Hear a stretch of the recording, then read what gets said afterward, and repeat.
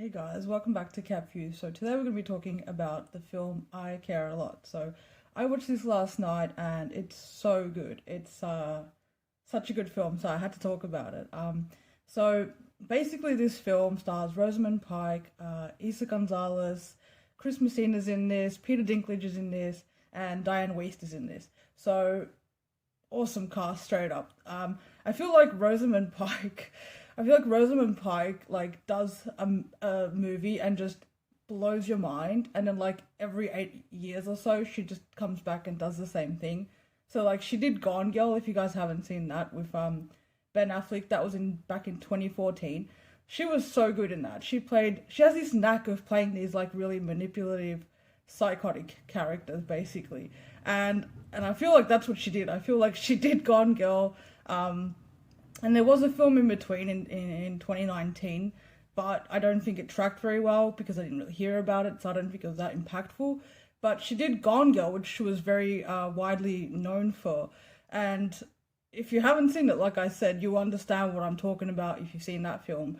But she did that, and then it's like she came back and in 2020 and just like was like, you know what, I'm just gonna blow your tits out of the water again, and just played this crazy, psychotic, manipulative character who's just badass at the same time. So that's essentially what we have here. So Rosamund Pike is the lead actress in this film. Like a lot of this film centers pretty much around her. Everybody else really feels like a side cast. I mean, Diane Wiest, who's amazing.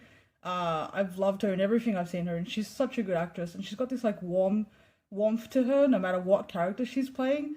Like she can sit there and call like Rosamund Pike's character a cunt, which she does in the film, by the way. And I'm still like, you're so cool. Can you be my friend? Like, it's so funny. But so so there's like a lot of funny moments in here. Like I found it funny, but I have like a dark sense of humor, so this is like right up my alley. But basically, yeah, we follow Rosamund Pike's character, who is Marla Grayson, and basically she is a scam artist, and she pretty much exploits old elderly people, and essentially pushes them into a home with this like whole medical system that she's got going on, and they basically like get the court to legally deem them unfit, and essentially she's their legal guardian and carer. So she essentially puts these people into a home, forces them away from their family, all their belongings, and then flips that shit and essentially like takes all of their money and milks them until they basically pass away, which is horrible, I know, but like I'm kind of admirable in the sense of like her business plan. It's like it's so sadistic, but interesting to watch for sure.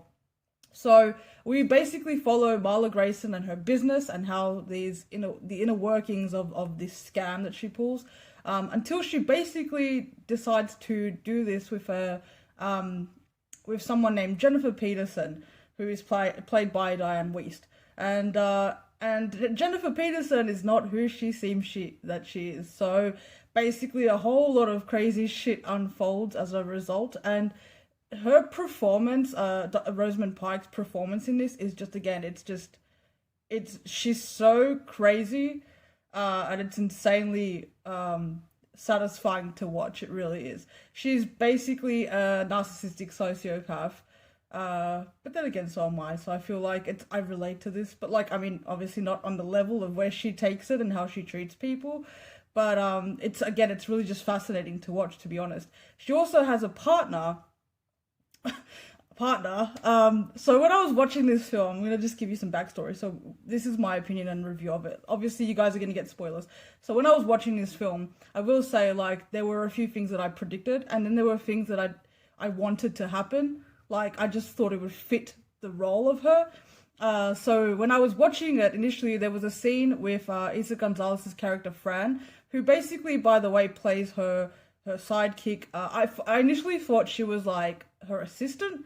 So I thought she was her assistant, and then when you see the start of the film, you see that Fran's character basically is like the scout. So she goes and transforms the houses and puts everything on retail value, and she does that part of that side of things. And then Marla Grayson played by Rosamund Pike, she basically does the other side of things, so like getting them into a home, which she also has like a side thing going on with. Like it's like this weird inner workings of like this twisted, almost corporation that she's sort of built. And yeah, so she does that side of it. So she gets them into the home and plays the whole guardian role, and she's the one who goes to the court and pleads her case and basically tricks the courts into giving her guardianship of these people. So it's just really, it was such a cool movie to watch. But as I was watching it, I remember in the early stages, there's a scene in the car, and I'll put screenshots up for you guys. There's a scene in the car where I saw like, I got a vibe. I felt like I had a vibe between Fran and Marla. And then I kept watching it, and I remember thinking like, this would be just so much better if there were a lesbian power couple. Like that would just be sick. Like that would fit the dynamic of her character, because she's such a control freak. And it's not that like women can't be in dominant relationships with submissive men. I just felt like the way that you saw their relationship, it seems like because Marla's such a narcissist, and she feels like she's just superior, and she's just got this confidence about her. Really, it's arrogant. Actually, it's past confidence. It's like pure arrogance at certain points in this film, and you see that. But like she couldn't be with someone who just didn't adore her, basically, who didn't have the same values that she has, I guess, the way that she thinks. And that vibe that I got, that little scene between them in the car, I felt like, I mean, besides the fact that that Fran is actually working with her and for her, I just felt like there was more there, like there was some sort of relationship there. And so that's why I thought, it would be cooler, and it would make more sense to fit Marla's character in dating a woman, because like they're this basically power couple, like I said. And then it happened, so I was really pleased. So like, I mean, I'm a lesbian, guys, I'm biased, I know, but like, and then it happened. So we get some like, Rosamund Pike is fit, like she's looking fantastic, and the costume designer on this film is just, I mean, I take my hat off to these people. Not only that, but the DP of this film, like I remember watching this and how well it was shot, and there's these really cool like close-up shots in, like, specifically there's a scene where she's with Chris Messina's character. He plays a lawyer for the bad guys, basically, because essentially Jennifer Peters is connected to the mafia, Russian mafia, so that's the situation. And they send in this lawyer to try and like bribe her away from like, just letting her go. And she's so fucking cocky that she's just like, no, I don't think I will. And it's just the scenes, like that tension that they put you in, like where there's these really close up shots between both of them. And by the way, everybody looks flawless in this film. Like everything looks great. The makeup, the costumes, but like the environmental design, everything, like from what they wear to the way that everything is designed. It's like this really small little world that it makes you believe in, and it feels very immersive, again, because of the cinematography that's used specifically in a lot of the scenes. It's got a lot of like close-up shots and intimate like situations brought into it. So almost everyone that she speaks to and encounters, like that's what you get. You get these like one-on-one close-ups with Rosamund Pike and whichever poor soul has to come across her. Besides, of course, Fran, who, like I said, is basically her. You end up finding out, and again, spoilers, but they end up actually having this really kind of beautiful, twisted but beautiful relationship. And so I found myself, of course, rooting for them to be together. I'm gonna say like at the 1 hour mark, maybe just over. So I will say now, as much as I love this film, and by the way, I was wondering like who made this, because it's been a minute since I've seen a film that's like been made so well. Like the writing is good, performances are good, the acting is good, obviously, and and the cinematography was really good. And it's very hard to find a film that tells a good story and has everything ticking the boxes, and this does. It really does. It might not be your cup of tea, but this is a good film. I don't think anybody can really deny that. It's well shot, it's well made, it's well performed. So I was like, I've not heard of this director. So it was written produced, well, co-produced, but written, produced, and directed by Jay Blakeson, who I've never heard of ever. But he should make more movies. Like, this was an awesome film. Now, like I said, the nitpicks I have about this is some of the stuff, like I said in the start of this, was that some of the things were predictable. Again, that could just be like, because I've seen a lot of shit, guys. I would call this film, I don't know, what would you call it? Would you call it a psychological thriller? Psychological drama? It's just manipulation. It's just twisted, and it's got like a bit of everything. Like, it goes really dark. Now, Peter Dinklage plays basically like the mafia crime boss, which I'm not gonna lie, like, again, halfway through, because there's a bit of pacing issue at the start, but about halfway through, I didn't know how to take this. I was like, is it gonna get to that point where it gets really fucking dark and it's actually really good? Or is it going to be like comedic? Because I've seen Peter Dinklage in these similar roles, and it's always comedic the way he does it. So I was wondering if he could actually pull off serious.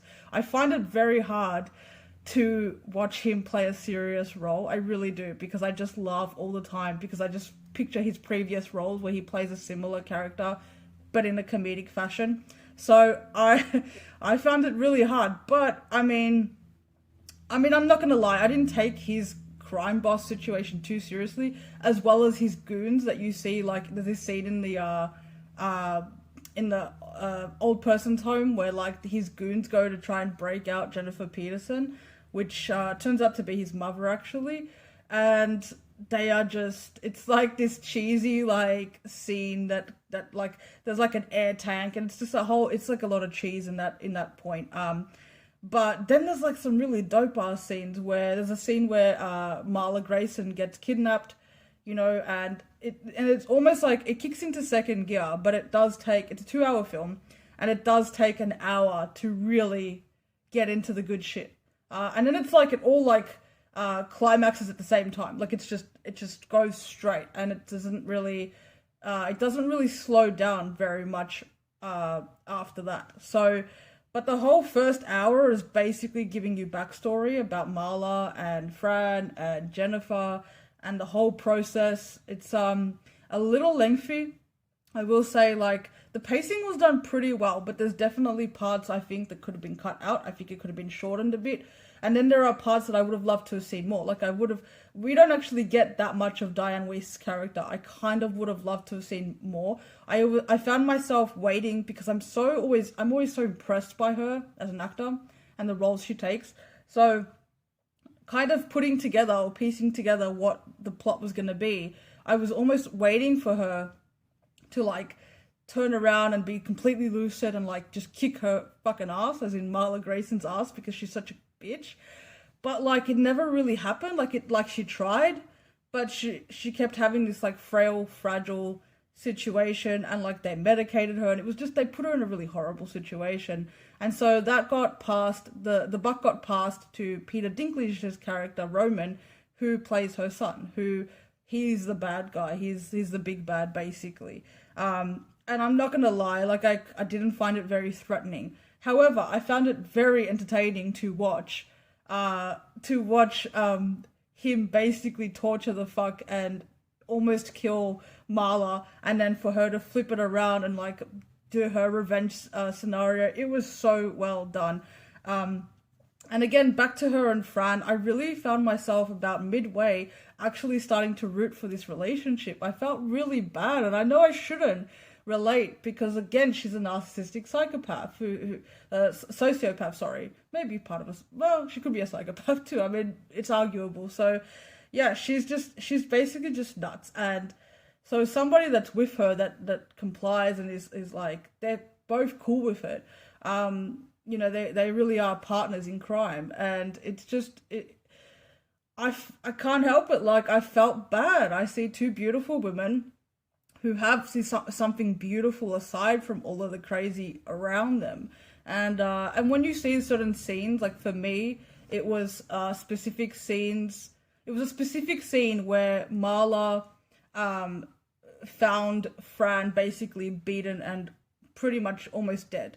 So I didn't think that that was capable of happening. I really thought genuinely that Marla was such a narcissist that she couldn't love anybody. Like she just loved the adoration and the praise and this power, pussy power position basically. And I say pussy power because there are some lines in the start of this film that are very female centric, is what I will say.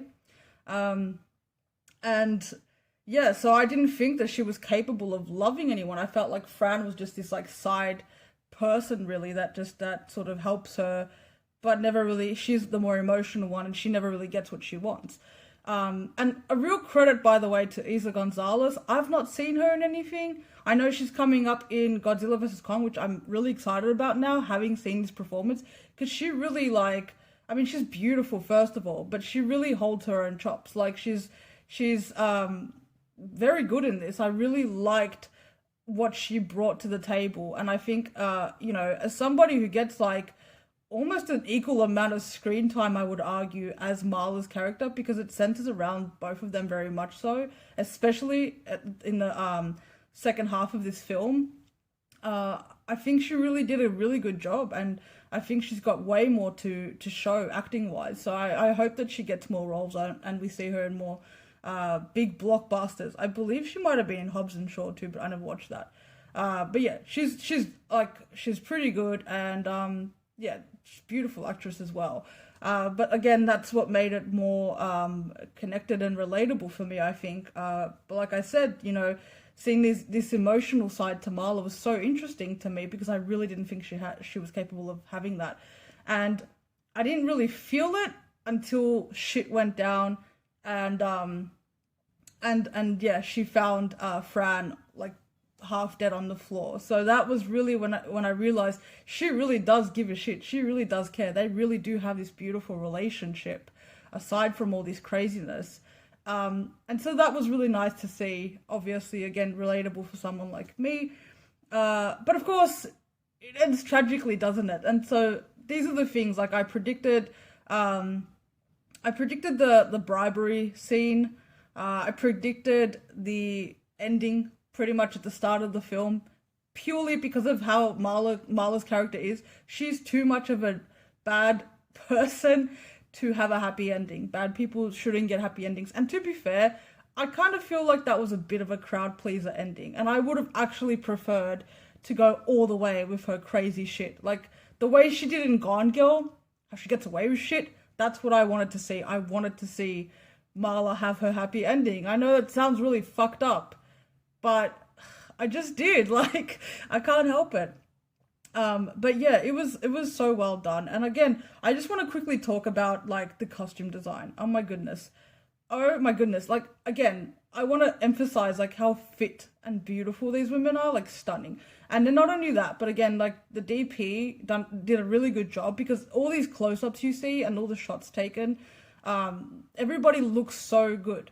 So not just physically, like in their face, like the hair. I mean, Marla Grayson's haircut, you straight away, you just see this like perfect. She has this perfect, almost like a side bob haircut, and it just, she's like crazy. Like that you don't want to fuck with someone with that haircut. Not only that, but she's always wearing these beautiful tailored suits. She has this beautiful like blue blazer at one point, like a pantsuit thing. Oh, it's just gorgeous. And her heels, like everything is on point. It's just, she stands out from the crowd. She stands out from the other characters in the film. And I think it's so purposely done to revolve around Marla and her world. And yeah, like there's just some really, really cool scenes in here.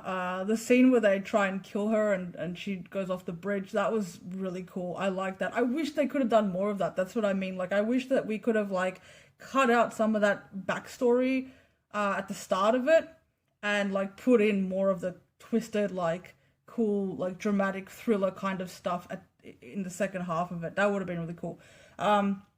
Again, though, I wish I found myself so engrossed in this film and so invested in Marla Grayson and her crazy. Like, I was like completely taken into her craziness, that I was watching the credits, which I never do, by the way, guys. So if you ever watch a review that I've done, and there was something in a credit, I didn't see it. Like, I didn't even see the Wonder Woman Linda Carter credits because I had to find out later because I don't watch credits. So I know that sometimes they put stuff in the credits, but I just don't watch it.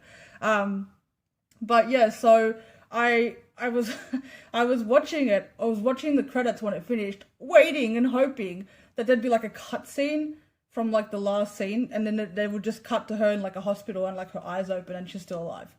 That would have been so sick. And not to mention, we could have seen the sequel of this character. Like, I'm so tired of seeing these badass, twisted characters, and they don't do them justice. Although, to be fair, and I'm referencing like Russell Crowe's character in Unhinged, that was probably the most memorable one recently. But to be fair, like, I feel like this told Marla's story pretty well. I feel like she got pretty much what you expected her to get. I didn't really love the deal she made with Roman at the end. I kind of wanted, again, I was waiting for more twists. Like, I was hoping she'd be like, yeah, and then just like poison him or something. Like, I just really thought she would just keep elevating it because the whole film she basically does. I mean, she fucking puts her, fuck it, there's like a scene where after she gets off the bridge, and it's so well done. She's so good in this.